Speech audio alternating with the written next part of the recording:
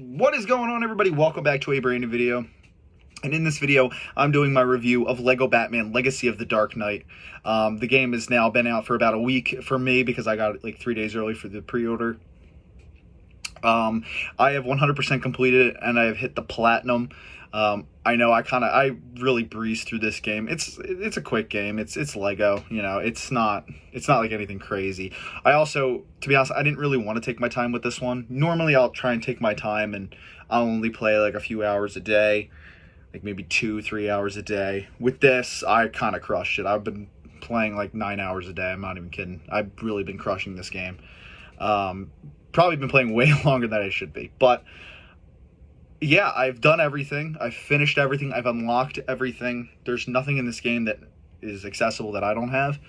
And so, yeah, I wanted to give you guys my overall thoughts of the game and to let you know, what I think of it and if I like it, if I didn't like it, and yeah. So overall, it's a really good game. It's a fantastic game overall. For the most part. I mean, it's definitely a Game of the Year contender. If it doesn't get nominated, then I'm gonna be pissed because it definitely deserves it. It's a very, very good game. Essentially, this game is just Arkham mixed with Lego. If you like the Lego Batman games and if you love the Arkham games, just imagine those two blended into one. But it's also a big celebration of not just Batman, but pop culture as well. So first of all, like I said, it's a mix of Arkham and Lego, mainly. And so it takes bits and pieces from that. It takes the combat, the stealth, the open world of Arkham and kind of mixes it with the collectibles and, it puts it in a Lego world, essentially. And mixes it with like a Lego story. So starting off with the story, it's a very short story. It's about 9 hours. But I really liked the way they did it. They essentially took bits and pieces from the games, the shows, and the movies and blended it into one story. So, for instance, you have like Heath Ledger's Joker, but who's also Mark Hamill's Joker, who's also Jack Nicholson's Joker. It kind of blends those three. You see bits and pieces of like 89, like when he's got the balloons in the air and he shoots at the Batwing or whatever. But then you also get the interrogation scene as Heath Ledger. And you get some animated series stuff in there and some Arkham stuff. It's great the way they do it. You get like Colin Farrell's Penguin mixed with Danny DeVito's Penguin. It's like Danny DeVito's Penguin, but he's like thinner like Colin Farrell's, but he's also in like Colin Farrell's The Batman world. Then you get like Zoe Kravitz inspired Catwoman, but you see her in like Batman Returns style getup. Also, you see her in Anne Hathaway's getup, and it's a whole mix of different things. So it's really cool. It's a unique story, and it's fun because they blend things together in specific ways. It's awesome how they do it. I really appreciated that.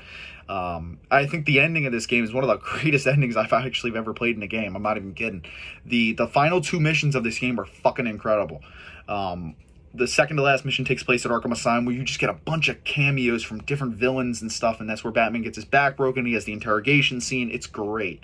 And then the final mission is kind of the events of Dark Knight Rises, where it's kind of no man's land, and Bane is taken over, and you have to defeat Bane, and then you realize Talia al Ghul's the main the main villain, or whatever. It's great. The story is fantastic. It's a 10 out of 10 story. I thought they couldn't have done it any better. In terms of the Arkham aspects of the game, the combat is fantastic in this game. It is very Arkham. It feels like Arkham. It's the free flow combat that Arkham created. It's great. It's so much fun. It's, you can get invested in it. It's deeper and more engaging than just your standard Lego beat 'em up combat. It's very good combat. The stealth is whatever. The stealth kind of sucks. There's no stealth really. You just run up behind people and press a button and it happens. You don't have to be stealthy per se. You literally can fly right behind someone. They won't hear you. So the stealth's kind of whatever. The open world is really, really good. It's huge. It's definitely probably the biggest open world for a Batman game we've ever gotten, including Arkham Knight. It is very big, very detailed. I do have a problem though. Atmosphere-wise, it's very weak. There's not much atmosphere here. One of the things, this is why still Lego Batman 2 is the greatest Lego game of all time. This is a close second for now, but Lego Batman 2 still holds the gold. The thing about it is that Lego Batman 2's world is so like rich in atmosphere. Danny Elfman's score, and that's another problem I have with this game. It's lacking in a score, man. Danny Elfman's score is missing here. You hear it like once, but when you're going through the city, it should just always be Danny Elfman's score. Or if you want to be creative with it, in different parts of the city, play a different score, or just go through all the movie scores and just keep replaying it. That's what made Lego Batman 2's open world so good, is Danny Elfman's incredible, haunting, curious, mysterious score. So good. This game is severely lacking in a score. In terms of how they executed like the Lego aspect of the game, I think they could have done a little better.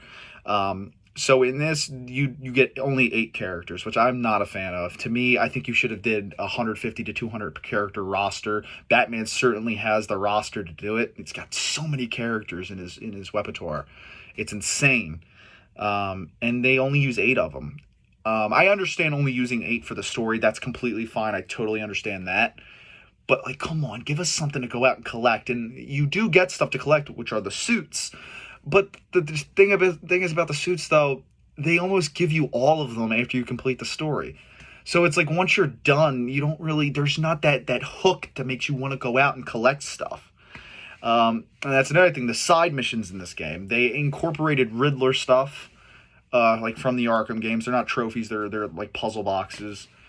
And the problem is that the Riddler side missions and the Clue Master side missions, they're pretty much the same. They're just 2 different characters, are the only 2 side missions in the game that give you a reward for completing them. And that is the Lego Batman 1 costume, and you get like the 1940s Batman cereal outfit. The rest of the side missions are just you go out, you collect either Wayne Tech caches, or you break these like little trophies that you can find. You can do there's another thing. There's only 2 narrative driven really side missions in this. 4 if you do count the 2 the Riddler and the Clue Master ones, which I really don't. They're a little narrative driven, sort of. There's a bit of a story. It's just them teaming up. But really narrative driven ones, you get Falcone's Fortune, and you get Waylon Jones. Obviously, Waylon Jones is Croc. Falcone's Fortune is Falcone. And they're not even that deep in narrative. So most of it is just running around, you're collecting stuff. And I'm sorry, man. This overall, how I feel about the side, they're fucking terrible. They're so... you get Poison Ivy ones as well. There's a lot of variety of them. The only problem is they're every single one of them, even the ones as simple as just getting a Wayne Tech box, has to be behind some annoying, long-ass, tedious, repetitive-ass puzzle. Every single fucking thing you try and do in this game is behind a tedious puzzle. And when you're trying to do on 100% completion and you're just repeating the same puzzles over and over and over again, it just gets so tiring. There were so many times in this game where I was so frustrated because of how many fucking puzzles this game makes you complete, man. It's just so repetitive. And after a while, man, you really get sick of it. It's just, again, puzzle after puzzle after puzzle with every single damn side mission. It's very rare where you can come across a Wayne Tech box that you can just open. It's just like everything's got to be hidden behind a puzzle, man. And I'm not going to lie, dude. If they expect kids to play this, they are out of their minds. Some of the puzzles in this game were hard. Hard. Like, I spent at least 10 to 15 minutes on some of these. It was crazy. The Riddler stuff in this was so much harder than I found Arkham's to be. And I'm not kidding either. These were some tedious ass side missions, man. I couldn't believe it. I was like, dude, some of these are hard. Like, really hard. I was shocked. I was like, I couldn't believe how like difficult some of these were, you know? I figured they'd be fucking walk in the park easy. It's a Lego game for kids, you know? But no, man. Hard, man. So really didn't appreciate the side missions, I gotta be honest. I just found them to be, and again, none of them give you rewards aside from 2 of them. You know, it just feels like you're doing them all for nothing. You also get like races around the map, which give you some studs. There's some beat 'em up combats, you know, like trials or whatever. Some races where you can fly. But it's just none of the side missions feel rewarding. And again, none of them have story except for the Waylon Jones side mission, which I found to be fun. It was cool to see how Killer Croc came to be, and he's not really a bad guy in this either. And then Falcone's Fortune, which you meet Sophia. That's like the only bit of interesting things you get out of it. So unfortunately for that, but in terms of like in terms of customization, again, you get all the suits.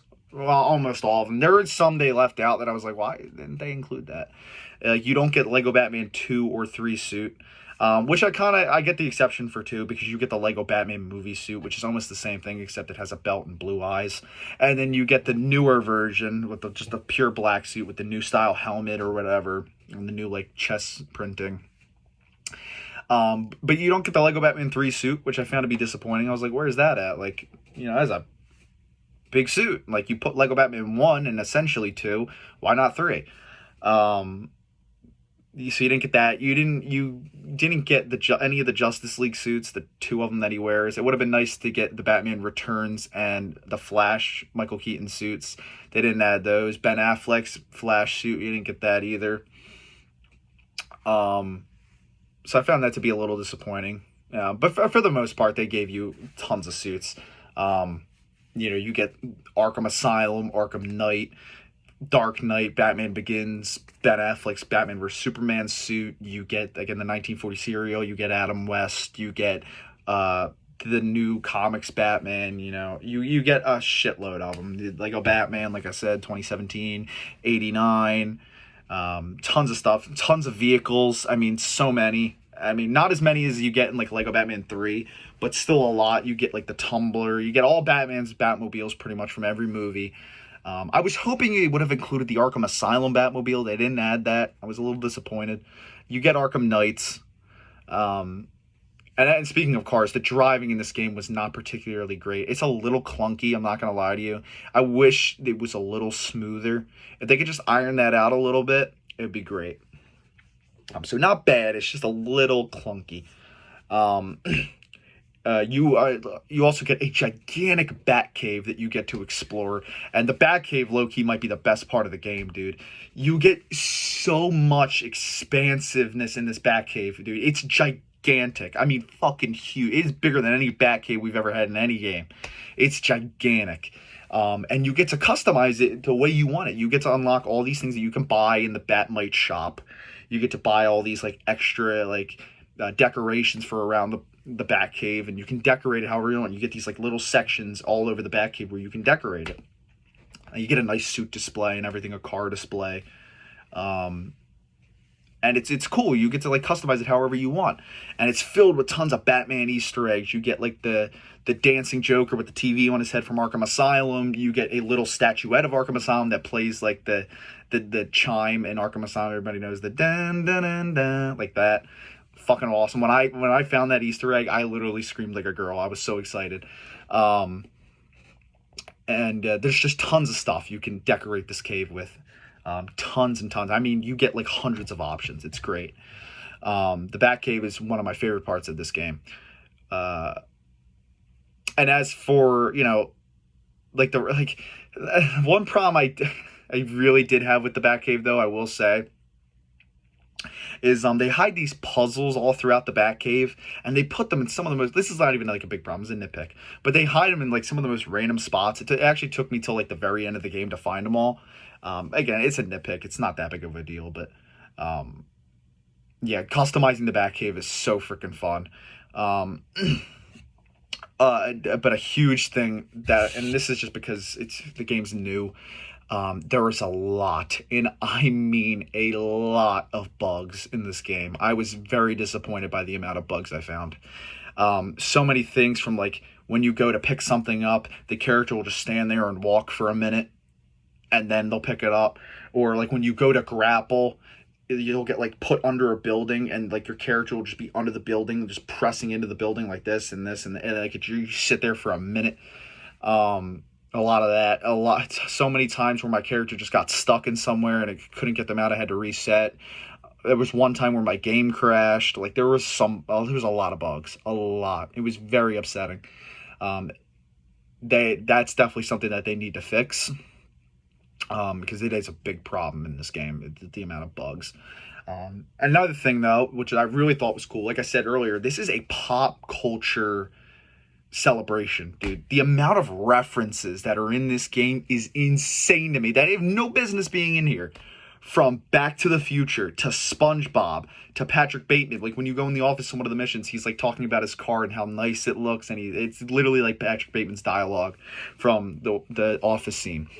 Lord of the Rings, Pirates of the Caribbean. That's a few more I found. There's so many. It's just so hard to remember them all. There's tons of references to such obscure stuff. I even think there's a Last of Us reference. Now, I could be reaching with this, and I will say, for those of you who know The Last of Us very well, you will know in the Suburbs chapter, when you're with Henry and Sam, you're getting sniped at by a guy, and he has a line that he shouts out, "I see you." And he says it in a very specific manner. It's like a taunting manner. He's like, "I see you," like that.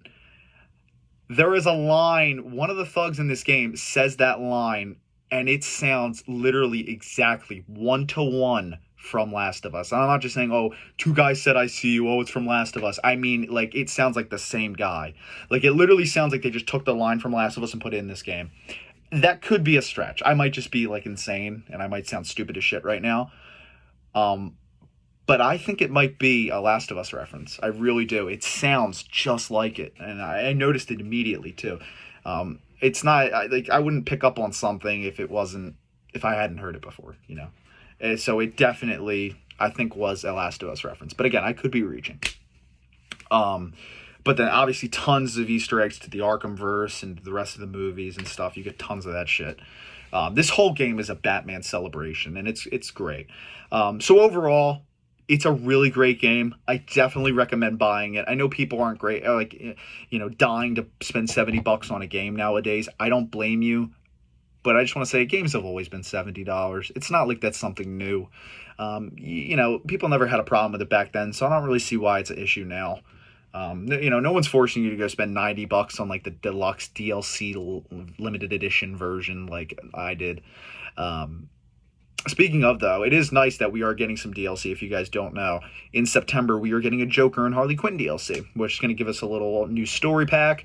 You're going to get some new skins. You're going to get to play as Joker and Harley. They're going to add your rosters, so then we'll have 9 characters. I know I've been saying 8 throughout this video. You originally get 7, then we'll have 9, which is cool, man. I'm glad they're doing DLC. That's something Spider-Man 2 failed to do, and look what that did.